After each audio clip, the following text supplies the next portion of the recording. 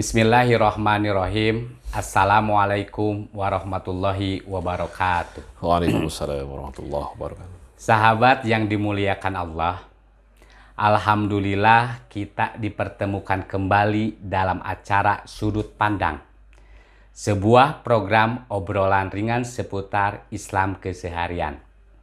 Bersama saya, Abah Heri dan Ustadz Aidi Rahman Saleh.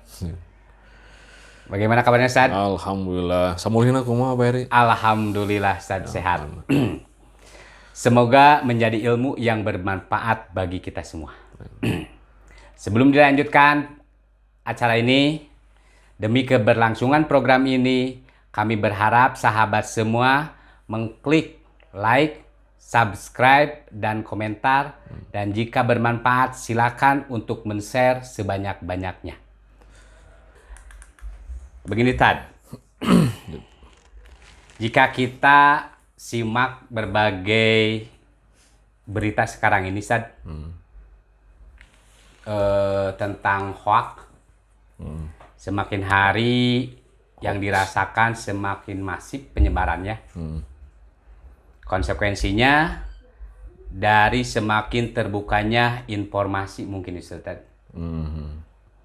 Kadang kita sendiri bingung. Apakah ini berita itu fakta atau hoax? Subuhat ya. Nah, itu Ustaz. Ragu-ragu. Lalu ada juga beberapa orang yang sering memprovokasi, Ustaz. Memprovokasi kaum muslimin seperti menghina Nabi, terus membakar Al-Quran, atau membuat konten-konten seolah-olah itu ajaran Nabi, Ustaz. Atau dari kalangan yang mengaku dia itu umat Islam, mengaku Muslim, ternyata banyak juga yang kritis, tapi kesannya seperti mengejek. Comooh. Mencemooh dan membuat marah kaum muslimin, Ustaz. Ya, provokasi ya, seperti itu. Nah, ini Ustaz, mungkin bagaimana menurut pandangan Ustaz? Ya. Itu, Ustaz. Oke. Ini mungkin seputar informasi ya. Ya. Maksud apa? Jadi sikap kita dalam menyikapi informasi. Bagaimana masalah pandangan agama gitu kan. Dalam masalah informasi seperti ini ya. Atau sikap seharusnya sikap seorang muslim dalam menyikapi ya berita atau informasi seperti itulah. Dan sebelumnya kita kan diperintah oleh Allah itu untuk menegakkan keadilan, adil dalam segala hal maksudnya. Dan sebagaimana diketahui bahwa yang namanya adil itu kan bukan dalam arti 50-50. Tapi adil itu secara sederhananya mungkin bermakna keseimbangan ini ya. Dan keseimbangan itu tercipta jika sesuatu itu ditempatkan pada tempatnya. Jadi ketika sesuatu ditempatkan pada tempatnya, itu bisa jadi seimbang. Nah, itulah makna sederhana daripada dari sekian makna adil itu seperti itu. Nah, termasuk dalam masalah berita, termasuk ketika kita menerima berita atau menyampaikan berita pun, ini mesti adil. Nah, adil di sini mungkin kalau kita lihat makna dari awal tadi ya tentang adil itu, jadi menempatkan sesuatu pada tempatnya, mungkin semacam proporsional. Yeah. Nah, kalau dalam sikap menyikapi sebuah informasi, nah kita pun mesti adil dalam arti objektif, melihat suatu informasi secara utuh bagaimana gitu kan. Masalahnya kalau kita melihat satu informasi dari satu sisi, dari satu perspektif gitu kan, kadang itu bisa menipu lah gitu kan ya. Nah, kayaknya yang saya ingin bagi dua dulu nih Pak, tentang sikap seorang muslim gitu ya, atau dalam Al-Quran nih, yang berkaitan dengan masalah informasi ini. Jadi yang pertama itu bagaimana caranya gitu kan ketika kita menyampaikan informasi. dan bagaimana sikap kita ketika kita menerima informasi. Tadi menyampaikan, yang kedua menerima. Oke. Yang pertama, ketika kita menyampaikan suatu informasi, kita mesti secara adil di sini ya. Jadi seobjektif mungkin si informasi itu disampaikan. Tentu dalam arti tidak semua informasi itu mesti disampaikan lah, gitu kan? Karena kita pun punya privasi atau apa ya. Nah, ataupun untuk menjaga keamanan negara itu kan, makanya ada rahasia negara yang tidak semua informasi itu bisa transparan diketahui oleh publik semua, gitu kan. Ada hal-hal yang mesti disembunyikan lah, misalkan ini untuk menjaga keamanan kan gitu. Tapi sekali lagi yang namanya informasi itu, apalagi ini kaitan dengan jurnalisme ya. Nah, wartawan itu ya harus menyampaikan informasi itu seadil-adilnya, dalam arti objektif, proporsional. Nah, kita ingat dalam Al-Quran ya, dalam surat Al-Baqarah, Allah Subhanahu wa taala berfirman kayak gini. A'udzubillahi minasyaitonirrajim. Yas'alunaka 'anil khamri wal maisiri. Qul fihima itsmun kabir wa manafi'un linnas. Wa itsmuhuma akbaru min naf'ihima. Yang terjemahnya kurang lebih yas'alunaka 'anil khamri wal maisiri. Mereka bertanya kepadamu tentang khamar dan maisir, arak dan judi. Qul, jawab oleh kamu Muhammad gitu. Fihima itsmun kabir wa manafi'un linnas. Pada keduanya itu ada dosa besar dan ada manfaat bagi manusia. Di sini seolah-olah Allah memerintahkan kepada para pembaca Al-Quran gitu kan, agar menyampaikan informasi itu seobjektif mungkin. Nah, tidak lantas misalkan ketika kita melihat ada judi dan arak itu misalkan, itu tidak ada manfaatnya sama sekali. Judi itu tidak ada manfaatnya sama sekali. Itu dulu kita kenal ada SDSB, zaman Porkas gitu kan ya. Nah, itu kan ada manfaatnya. Gitu kan? Judi ada manfaatnya. Sok, ayeuna misalkan lamun judi aya manfaatnya kira-kira tidak masalah naon. Kalau menang sadar. Judi manfaatnya lamun menang. Terus aya judi misalkan manfaat ke bandarna mah kan lumayan.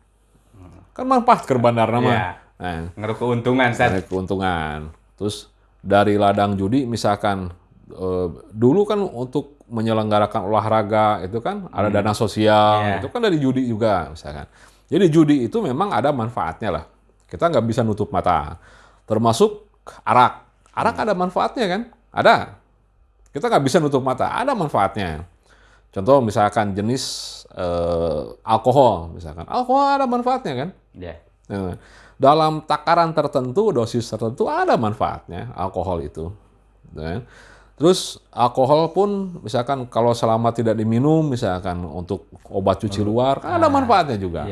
Arak yang namanya arak itu memang ada manfaatnya. Arak itu. Jadi kalau kita lihat secara keseluruhan gitu kan, Allah itu menciptakan makhluk itu pasti ada manfaatnya. Pasti ada manfaat, cuman kita saja yang belum menemukan manfaatnya itu gitu kan.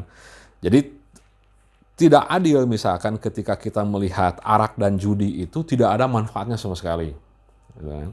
Nah, Allah menyuruh di sini agar melihat suatu atau menyampaikan sesuatu itu secara objektif. Secara proporsional. Bahwa pada arak dan judi itu ada manfaatnya. Gitu kan? Ada dosa besar, ada manfaatnya. Kedua-duanya disampaikan oleh Allah itu. Ada dosa besar, ada manfaat. Tapi diakhiri dengan kata-kata wa ismuhuma akbaru min naf'ihima. Tapi dosanya itu lebih besar daripada manfaatnya. Makanya ditinggalkan gitu kan. Nah, ada rinsun min amali syaitan. Perbuatan kotor dan termasuk perbuatan setan gitu kan. Nah, tapi di sini ada pelajaran kita sampaikan secara objektif berita itu. Informasi itu sampaikan secara objektif. Nah, itu jadi sikap kita atau ketika kita menyampaikan suatu informasi itu mesti seobjektif mungkin. Nah, seadil-adilnya, seproporsionalnya gitu kan. Masalahnya kalau kita menyampaikan informasi, ada kepentingan misalkan, ada kepentingan politik, kepentingan yang lain, yang pada akhirnya si informasi itu tidak bisa disampaikan secara objektif. Ya. Kita kan apa ya, yang namanya fakta dan informasi itu beda kan. Contoh lah misalkan kalau Abah Heri datang ke tempat judi, dipoto ku wartawan, aya nu moto cepret ku paparazi teh, di upload pihak ku netizen teh, wah si Abah Heri geus judi, kan mikirnya gitu kan. Padahal di dinya teh rek neangan batur misalkannya, atau tujuannya memang bukan untuk judi, gitu kan. Tapi ketika orang melihat Abah Heri di tempat judi, mikirnya geus kadinya kan. Antara informasi dan fakta itu mesti dibedakan dulu. Itu hanya informasi saja, foto itu hanya informasi saja, berita saja. Faktanya belum tentu kan. Nah ini, ketika misalkan orang bisa menjadikan suatu informasi itu menjadi kepentingan politik, kepentingan apapun lah. Gitu. Itu bisa seperti itu. Nah, ini di dalam Al-Quran, ya sekali lagi kita mesti menyampaikan informasi itu seobjektif mungkin, gitu kan? Apa faktanya bagaimana, gitu kan istilahnya? Seperti itulah. Nah, yang kedua, sikap ketika kita menerima informasi. Kalau tadi menyampaikan, sekarang menerima. Kita mendapatkan informasi, sebagaimana tadi disampaikan bahwa sekarang informasi itu memang sangat-sangat transparan, sangat-sangat cepat, gitu kan? Kalau dulu kita mendapatkan informasi sumbernya itu dari TV, radio, koran, gitu kan, media cetak, media elektronik seperti itu. Sekarang lebih gampang saja, cepat lah, gitu kan, langsung udah sekian detik udah masuk lah informasi itu kan. Apalagi kemarin pas waktu Pilpres rame-rame kan wah bukbek kan informasi teh. Tiap hari teh ayo berita, gitu kan. Tiap hari ayo berita. Yang pada akhirnya kubu-kubuan. Nuhiji milih si A, nuhiji milih si B, gitu kan. Sampai suami istri, sampai ada yang cerai gara-gara suaminya milih si A, yang istrinya milih si B, gitu kan. Yang pada akhirnya kan kaduhung dua anak. Ada kasus seperti itu kan ya. Dua anak kaduhung, gitu kan. Dan ternyata si A dan si B nggak balad istilahnya kan ya. Nah, nuhiji jadi presiden, nuhiji jadi menteri kan. Gitu gening akhirnya teh, gitu kan. Ya, mungkin masyarakat awam belum mengenal masalah politik itu seperti apa, gitu kan. Seolah-olah jadi musuh siga gitu kan. Si A jeung si B teh musuhan, seolah-olah siga gitu kan. Kan nu rame nama dihandap, bukbakna gitu kan. Nu di luhurna mah kan kadang ya biasa. Itulah pembelajaran politik itu belum sampai ke masyarakat awam atau ke mayoritas masyarakat kita ya. Nah, sekali gini, bagaimana cara kita menyikapi sebuah berita? Itu sebuah informasi. Nah, ini mungkin ada ayat yang sering sudah terkenal ya, ayat ini kan. Jadi ya ayyuhalladzina amanu in ja'akum fasiqun binaba'in fatabayyanu. Nah, hai orang yang beriman, jika datang kepada kalian suatu berita dari orang fasik. Ya, jika datang kepada kalian orang fasik membawa berita fatabayyanu, maka tabayunlah. Mungkin sering diartikan cek dan recheck, klarifikasi, mesti seperti itu. Nah, kalau kita lihat misalkan kalau dalam konteks ayat ini kan itu kan kaitannya dengan orang fasik, gitu kan. Nyalamun ayat berita ti orang fasik, kok diklarifikasi karena mungkin tinggal ti orang soleh macam itu kok diklarifikasi. Nah, tapi yang jadi masalahnya itu betapa banyaknya informasi yang sampai ke tangan kita, yang kita lihat oleh mata kita itu justru dari orang-orang yang tidak kita kenal. Bahkan misalkan aya informasi teh, yo, ih saha sumberna teh jelas, jo dipercaya aku kumaha teh. Sebarkeun deui we. Mungkin pemikiran seperti inilah alasannya. Kepada orang fasik yang sudah diketahui kefasikannya saja, kita mesti tabayun. Apalagi kepada orang yang tidak kita kenal. Nah, sekarang begitu banyak lah gitu kan, informasi-informasi yang disampaikan. Gitu kan, tanpa diketahui sumbernya itu dari mana. Hoax lah sebetulnya, hoax. Nah, berita-berita hoax seperti ini kan sekarang kan ada lah misalnya untuk bagaimana cara kita melihat ini berita itu hoax atau fakta, fakta atau hoax gitu kan. Kita bisa lihat di googling lah, misalkan sudah ada kan ya situs-situs untuk melihat berita-berita seperti itu. Tapi yang namanya hoax itu gitu kan, Ini bahaya ya. Penyakit benar hoax. Yang namanya hoax itu apa ya? Kadang kita punya definisi tersendiri, Pak, masalah hoax.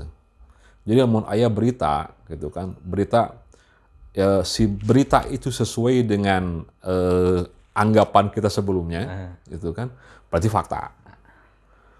Lamun tidak sesuai dengan anggapan kita sebelumnya, berarti hoax. Jadi orang tinggal lalu selera orang heula gitu kan.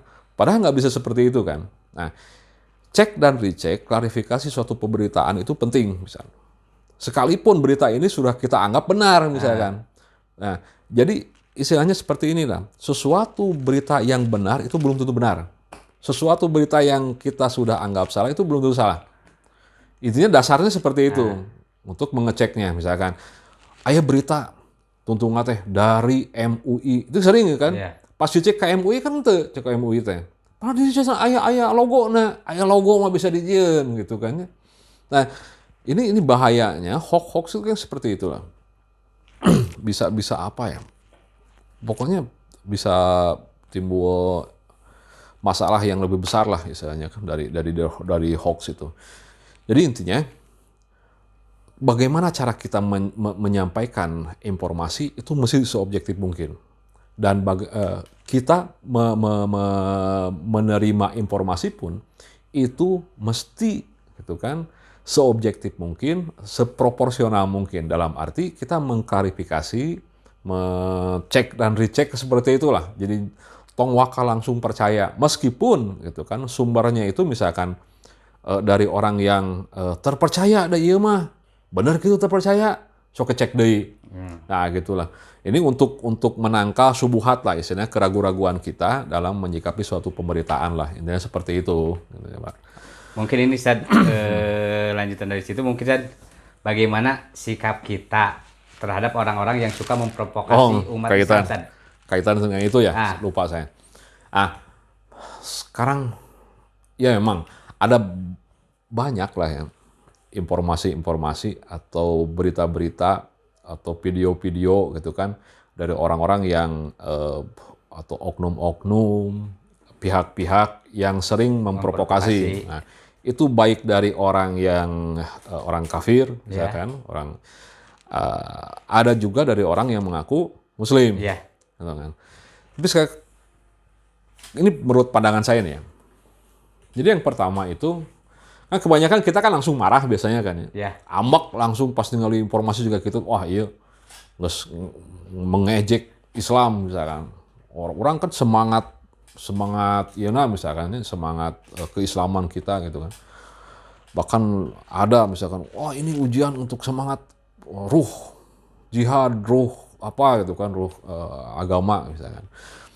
Lalu timbullah gejolak-gejolak, amok gitu kan di sana ketika menanggapi provokasi seperti itu.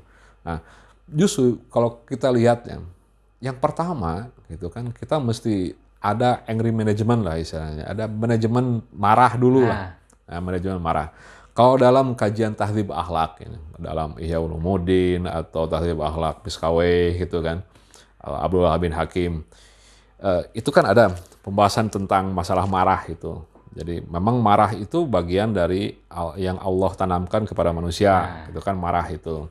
Nah, sejauh mana ini manusia bisa mengelola marah itu?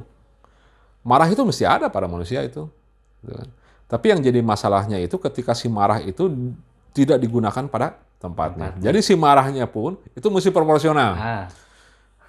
Jadi ketika kita misalkan kita melihat Al-Quran diinjak, dibakar, misalkan Nabi Muhammad dihina, misalkan kita mesti marah, ya jelaslah marah lah, gitu kan. Bapak sendiri kita ada yang mengejek kita marah kan. Nah, apalagi ini Nabi misalkan atau Al-Quran, kita mesti marah, ya marah, mesti marah. Nah, tapi yang jadi masalahnya itu bagaimana cara mengungkapkan kemarahan kita itu. Dan sedangkan marahnya itu mesti proporsional kan. Nah, mesti kita menempatkan marah itu pada tempatnya.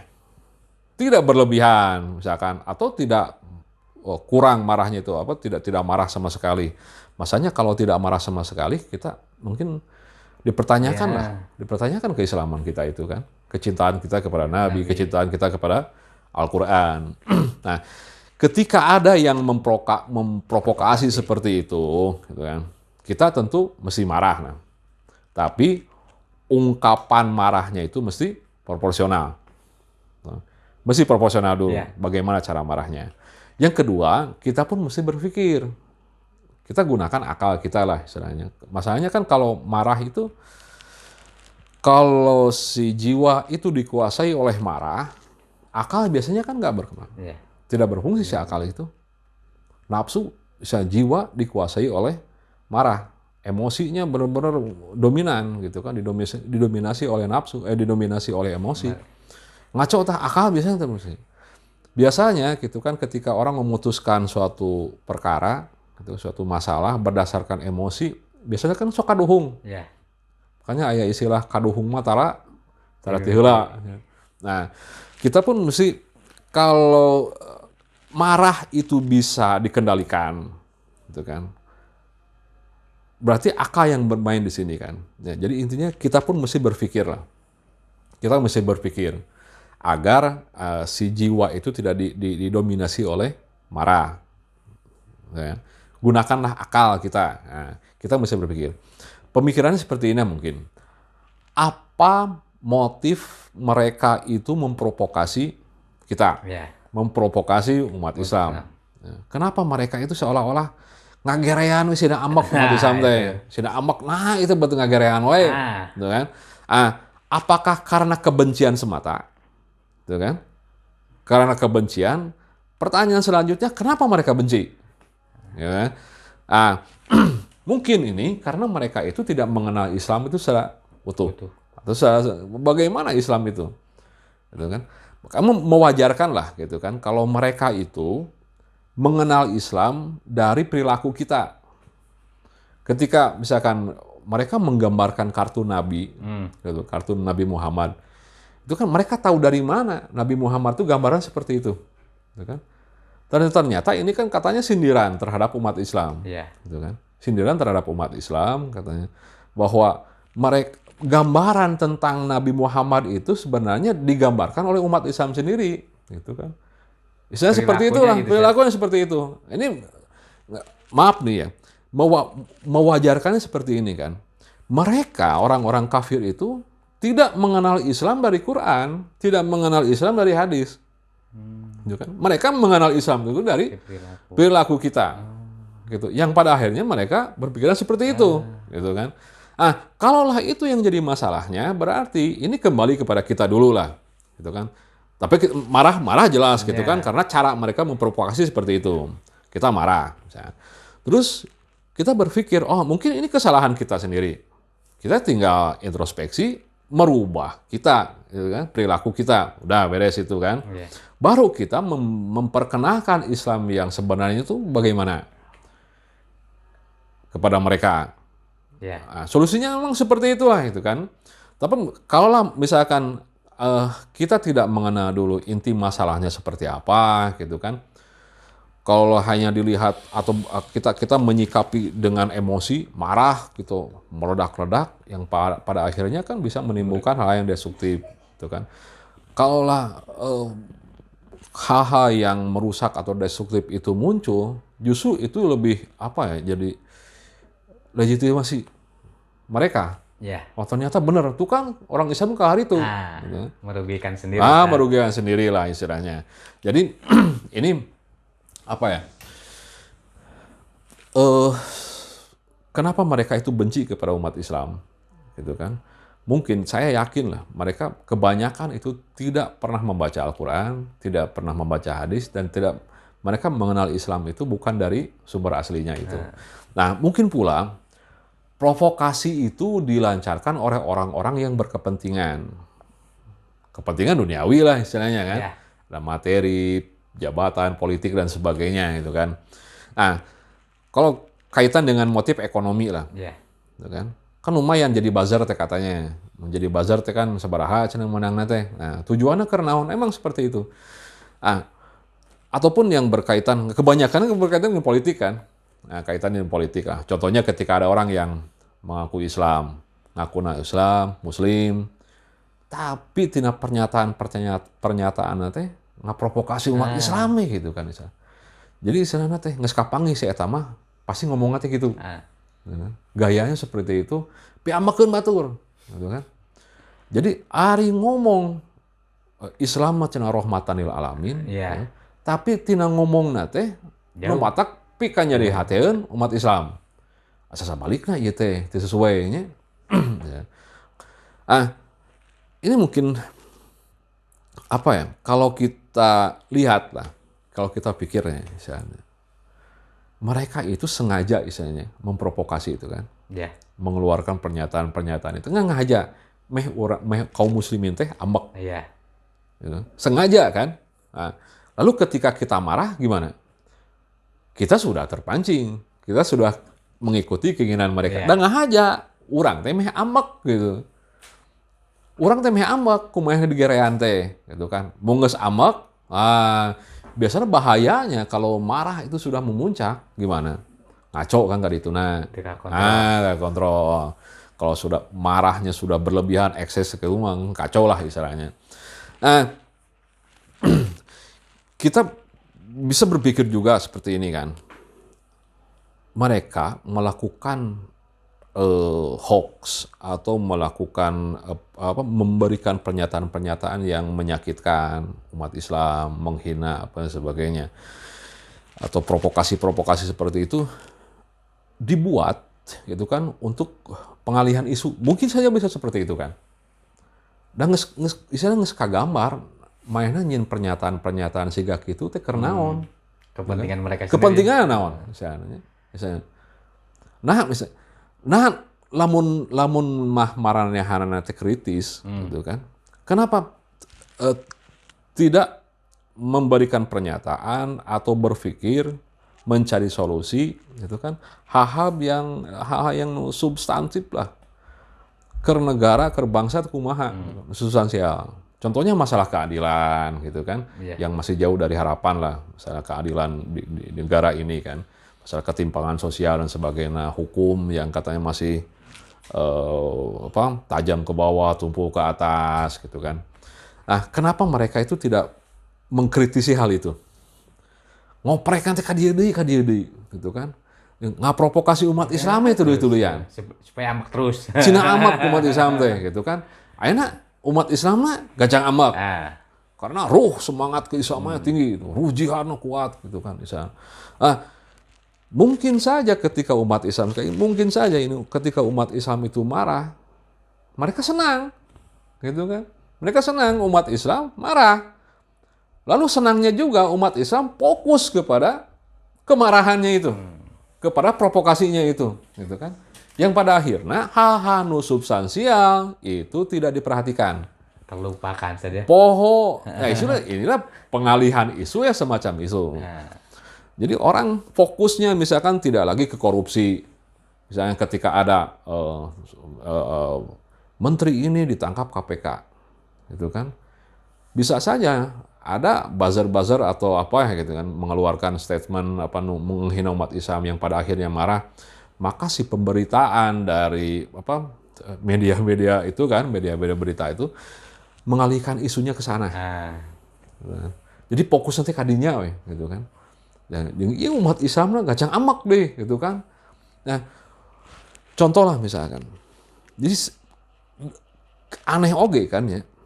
Ada pernyataan-pernyataan yang saya bilang bodoh lah, pernyataan mana itu. Islam teh kieu, umat Islam teh kitu, pokoknya amak ya umat Islam. Padahal kalau kita lihat ini pernyataannya enggak level intelektual kumaha lah. Biarpun mereka itu ngakuna dosen kumaha gitu. Nah, tapi piraku cita aya dosen ngomong kieu gitu kan. Nah, itu anehnya gitu, atau pernyataan-pernyataan bodoh ini jadi viral, jadi viral. Kan aneh gitu kan. Lalu siapa yang memviralkan? Mungkin kita sendiri yang memviralkan. Dan orang kahayang nanti kan, orang ketika mendapatkan informasi berita ini, balik lagi pada tadi. Datang misalkan karena HP teh ningali informasi ieu, urang teh rasaan teh nu pangheulana nyaho berita eta kan. Langsung di-share. Tiap ada berita langsung di-share. Ini penyakit sebenarnya kan. kita tanpa kita klarifikasi dulu bagaimana, kita tidak tabayun dulu langsung share. Mungkin saja gitu kan, karena ada semangat, balik lagi ke semangat keislaman kita, lalu kita ingin men-share itu gitu kan, iya anu ngagugoreng Islam yo gitu kan. Itu bisa jadi bumerang bagi kita. Da kahayangna maranehan itu mungkin saja mereka jadi viral itu karena kita yang memviralkan. Cobalah mungkin orang tadi keep lah. Misalkan ada berita datang ke HP kita, misalkan kita keep udah jangan di-sharekan. Udah mereka nggak akan jadi viral. Kecuali mereka punya senjata sendiri untuk memviralkan lagi. Mungkin itulah. Jadi intinya kita mesti bijak lah ya, dalam menyikapi berita, menyikapi informasi itu. Kita jangan sampai misalkan ketika ada informasi langsung di-share, ada informasi, ada berita langsung di-share. Tanpa kita klarifikasi dulu. Lah inilah bagian dari sikap bijaknya seorang muslim ketika mendapatkan informasi. Seperti itulah mungkin, Pak. Jadi mereka mengenah, Pak. Jadi nyieun pernyataan gitu kan. Nyieun pernyataan terus orang ambek menang duit. Orang gitu kan karena ruh keislaman dan sebagainya itu nge-share ke yang lain bari amak-amakan gitu kan. Mengenah menang duit orang jadi rugi saha gitu kan. Nah, kalau kita salah menggunakan marah itu bukan pada tempatnya. Mungkin seperti itulah mungkin bagaimana istilahnya kita bijak dalam menyikapi suatu pemberitaan seperti itu. Oke, Ustaz, mungkin bisa ditarik kesimpulan mungkin saja dari pembicaraan tadi tentang berita-berita ini. Jadi ketika kita menerima berita itu kita mesti proporsional mungkin saja. Pada tempatnya, ditempatkan pada tempatnya. Ditempatkan pada tempatnya dengan bijak dalam men-share kembali mungkin saja. Men-share pun mesti bijak juga. Itu. Gitu. Mungkin yang keduanya mungkin jadi ketika kita ada berita provokasi kepada kita tentang Islam, kita harus marah ya Ustaz. Harus. Harus. Cuma dari kemarahannya itu kita harus mengungkapkan dengan secara proporsional juga mungkin Ustaz. Itu. Seperti itu mungkin kita harus melihat dulu kepada kita dulu, introspeksi kepada diri kita. Jika memang itu kita rasa salah, kita memperbaikinya mungkin Ustaz. Itu. Harus gitu seperti itu Ustaz. Itu lebih baik bagi kita kan. Ya itu. Terus kita berpikir tentang motif provokasi tersebut. Itu ya. Agar memunculkan solusi mungkin. Itu. Kesimpulannya itu mungkin saja. Iya. Demikianlah Ustaz obrolan kali ini. Tak lupa simak terus obrolan-obrolan sudut pandang berikutnya di channel Fikri Media. Akhirul kalam, wassalamualaikum warahmatullahi wabarakatuh. Waalaikumsalam warahmatullahi wabarakatuh.